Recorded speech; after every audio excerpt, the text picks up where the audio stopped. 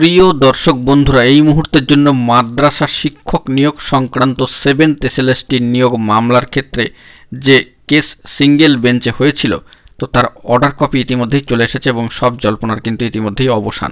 তো সবটাই আলোচনা করছি, কোর্টের স্ট্যাটাস সহ অর্ডার কপি। তো এই ভিডিওতে সবটা তুলে ধরছি, ভিডিওটিকে শেষ পর্যন্ত ওয়াচ করবেন, কোনোভাবে কিন্তু স্কিপ করবেন না। চ্যানেলটিকে সাবস্ক্রাইব করে সঙ্গে থাকবেন। চলুন কথাবার্তা না বাড়িয়ে মূল টপিকে ফোকাস করি।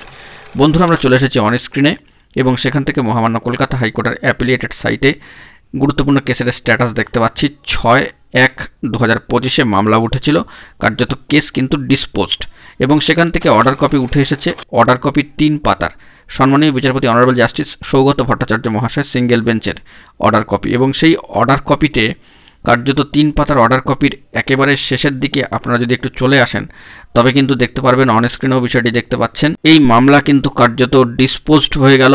এবং এই 3 পাতার শেষের দিকে দেখুন, the writ petition stands disposed of. তো এই যে বিষয়টি সিঙ্গেল বেঞ্চের সম্মানীয় বিচারপতি অনারেবল জাস্টিস সৌগত ভট্টাচার্য মহাশয়ের বেঞ্চ থেকে উঠে আসলো অর্ডার কপি। 3 পাতার অর্ডার কপিতে অত্যন্ত গুরুত্বপূর্ণ এই বার্তা, the writ petition stands disposed of. এই মামলা কার্যত ডিসপোজড হয়ে গেল। তো যে জল্পনা ছিল সেই জল্পনার অবসান ঘটল। ইতিমধ্যে যাবতীয় প্রসিডিওর সুষ্ঠুভাবে এগোতে থাকবে। তো পরবর্তী ক্ষেত্রে কি হবে, কোর্ট ম্যাটার, কিছুই এ বিষয়ে আর বলবার নেই। যখন যা হবে তখন তা উঠে আসবে।